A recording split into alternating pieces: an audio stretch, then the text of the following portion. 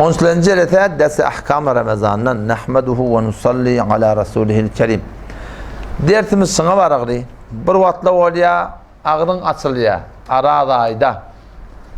Ağdın açılanına bir yağdaylar oldu kefaret vacip olya dedik.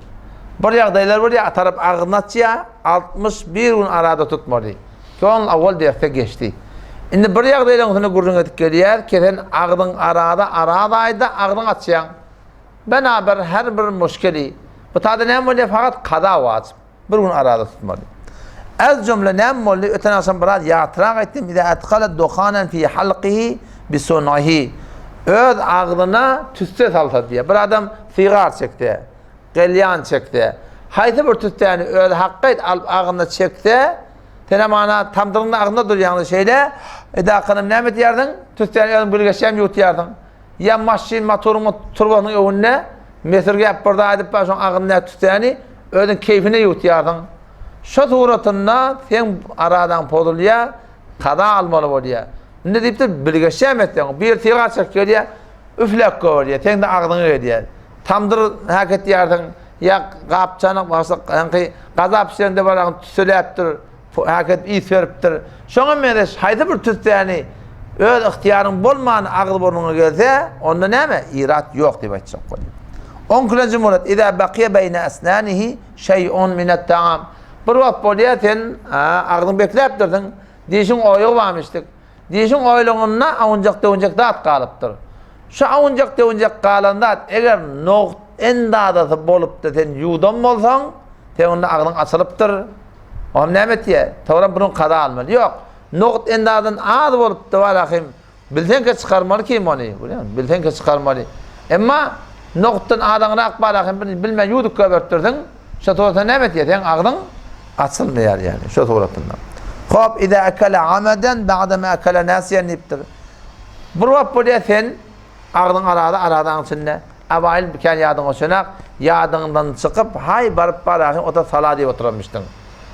Ya tıkarım olup dursan bir dene yadına çıptır. Ben imelle ağzımdaki gidip döküyordun. Ağzını sayıkıyordun imelle deyip. Oturup oylanıp dur sonra ben yiyeceğime iyiydim ben deyiptir. Ay ne de ağzımı aslandırıp beni iyiyse işte yine kada vasıp böyle. Yoksa sen yadından çıkarıp iyiydin sana iyip durdun da Kuday Teala'nın mimanına sen. Müşkülü yok ki mon. Bu ne mettir yanlışıptır. Ağzını yadından çıkarıp iyiptir ki. Sonra ay ağzım aslan olmalı yiyeceğime iyiydim ben karnımda yağıtıp oldu deyip. Yamasan ya bilgese oturup iyiyse işte da ağzına açılıyor. O nemet ya son yerine bir gün kada etmeli oluyor. O şaturatuna İza asbaha musafiran niptir. Feneval iqame thumme akele. Bir adam musafir olup geliyor. Sen amana maşattan geliyor. O musafiratta sen ağzını arada tuttuğuna sokap. Tutmadan sen günah karşılığı yok. Sen Tehran'dan geliyorsun, maşattan geliyorsun. Yoldan geliyorsun. Dan atıptır nerede? Dan atıptır hamana Sarı'da. O beni bu misafir geliyor da sen öyle gelen misafir sen. Gelende ne met yerden o zaman sen işte da öyle geliyorsun mukim oluyorsun da. O ağından gelsin ağzın açık. Şey değil mi? Onun şu suratında sen malakım gelip de hop sen misafir olup getirdin öyle öptürdün ağzında açık. O zaman sen rahat diyen adın yok. Eyme hop mukim oldun da sonra gelip iyiyse işte da ne mi oluyor? Falan bir çoğun kada etmeli. Yok gelip de ağzın dağıt diyen adı yok. Niyet edilemez, niyet edemeli. Onun bu müşkülü yok. Ya amiyanlara gaydeyin. Sen bari yardım Tehran'dan neylek Benderabas'a. Benderabas'a ne ki onun yolu kaçacak. Sen misafirin ne? Bundan gittiğin Tehran'dan bari yardım Benderabas'a var onda yük degmeye. Ağa bir ay kalmalıdır. Şey değil mi?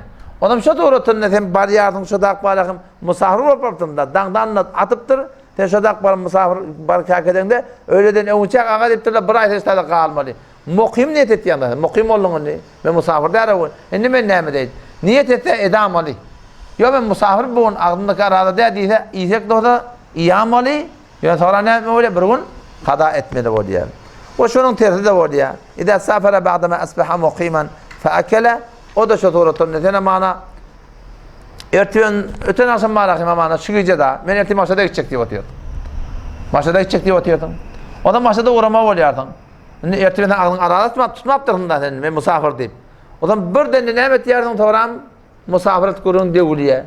Sen böyle kalmalı oluyordun. Hop ağzımdaki asılıptır. Ama sen şu tuğratını rahat diyen adın yok. Niyet etmeyecek daha diysen. Yine nemet öyle istedi bir gün qada etmeli bolýar şu sowratyndan. Hop. Ne 17-nji murat bu da bir sadaň miri. İde amsakanil akli we şurb tulan nahar. Bir adamma erten akşama aç ýeri arada. Arada tutjak da diýenek, aşak da diýenek. Ýöne gelip ýe. Niyet etmeptir. Zaten arada niyet etmeliler bilýän. Niyet etmeptir. Niyet arada bolýarmy? Arada bolmaýar.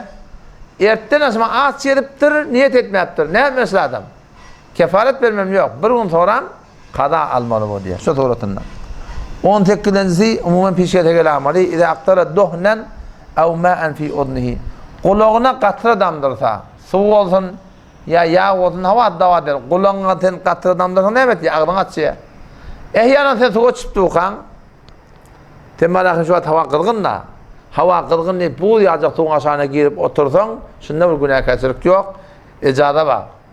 Emma suwa çypdy ukan birden qulagyna suw girata bilmän giripdir da bilýän. Munda agdyň açylmaýar. Emma ödün oturup kulağına dava derman damdırsan, sonra ne etmeli? Ağzın açılıyor, sonra ne oluyor? Bir gün qada etmeli oluyor. O şatoratında burnuna da dava derman çalsan, içinde de yani, bazı keremçik çalyan o iradı yok.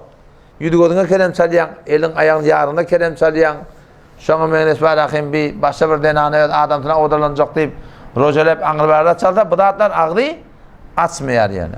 Şatoratında. Emma yankı burnuna ten yan qatra var adamdırdan doğru ağda ağdını ýerýär da.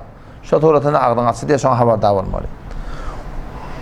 Ýürlenjise diýipdir bir wagtda bir adamyň garnyna ya maňlyna bir deşigi bar, olata bir garny ýalypdyr, dawa derman ispat edip garnyna giýirse ağda açylýar, jarahy bolupdyr da hamana bilýän. Dawa derman goýupdyr, ağdy gidipdir. Şu toratynda da toram qada etmeli bolýar. O şu toratynda da bir adam inni ağda arada. Hamana denana aybaş görüpdir saat 9-da 10'da. Ağda açıldı anne. Indi şondan sonra ağda açıldı. İyicek bolsa ejadaty bar. Elbette iýmeni saklansa aradan hormatına o näme? Onun mustahap amal on sowap boljak yani. Hop. Ma yukrahu lis-saim. Ne kadar zatla başlarda arada tutyan adamlara günahkarçylyk. Ağdını açanak yani doğru değil yani. O näme? Melgo şey burada da çeynep ýer, takış çeyneye. Takış çeyneye. Anıda yudan da yok aman. Ya başta biraz çeyneye. Şu sowratynda var ahim, sorup bar ahim. Hemin töri anıda yudanak. Burada çeynemeklik ağdını açanak ama doğru hem de günahkarçylyk. Bir adamma ağda hewar suwulmuşdyk. Dol öz ağdyna tüýkürüp üjürüp ýuwutdy. Üjürüp ýuwutdy bilýän. Ol teosmen şada bir doğru işdi da şobar. Kerahiyeti başın günahkarçylyk şu. Etmelle. Ýöne kol gelipýän tüýkürüni ýuwutdy, bunda bir irat ýok. Men bu näme diýär? Dol ağdynaky üjürüp ýuwutdy bilýän. Ha bir bekar bir şeyde, şoňa aýtmaly gardaş sen şeýtýän şun doğru däl. Şu günahkarçylyk diýmeli. Ondan sonra näme? Kullu ma yakunu sebeben li du'fihi. Haýsy bir zaliken zayıf etýän moda günahkarçylyk. Bir zat bar sen şonu edende zayıf bolýan ağlar asylykda. Etmeliler şonu. Hamana näme hejamat etdirmeliler. Kanaldyrsan eger sen zayıf boljak bolsaň, gödüň galankyjak bolsa hejamat etdirmek hakyň ýok. Ýok, daýawmy sen müşkil ýok.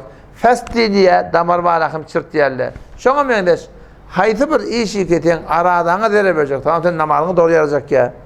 Aradaňy dogry ýaramanyň, Qur'an okymany ýaramanyň, adamyň hyzmatyny ýaramanyň, şey diými? Haýsy bir dalykdan dere berjek bolsa, şu zatlar etmelilerden kenäme diýip şondan aradaňa dere berýär. Ma la yukrahu lis-saim. Ertaşam inşallah Allah nasip etse şuntyna gurrun der ki nämen günahkarçylyk ýok. Ne kadar zatlama zahiren irady baýalak. İnşallah ertaşam Allah tawfik bolsa şoňa gurrun der. Assalamu aleykum.